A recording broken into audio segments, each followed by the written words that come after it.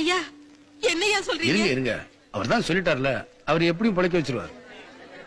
ஆனா அதுக்கு அதிகமா பணம் செலவாகும், பரவாயில்லையா? பரவாயில்ல சார், எவ்வளவு செலவானாலும் நான் பண்றேன்.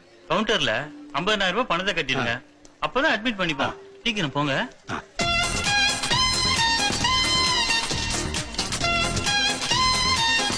சார், பேஷன் பேர்ல பில்லு கொடுங்க.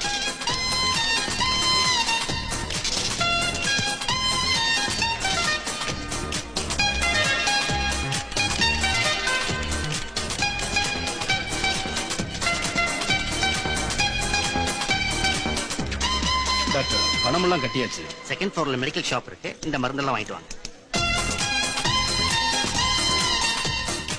மொத்தம் 8300 சார். பேஷன் பேர்ல பில்லு போடுங்க.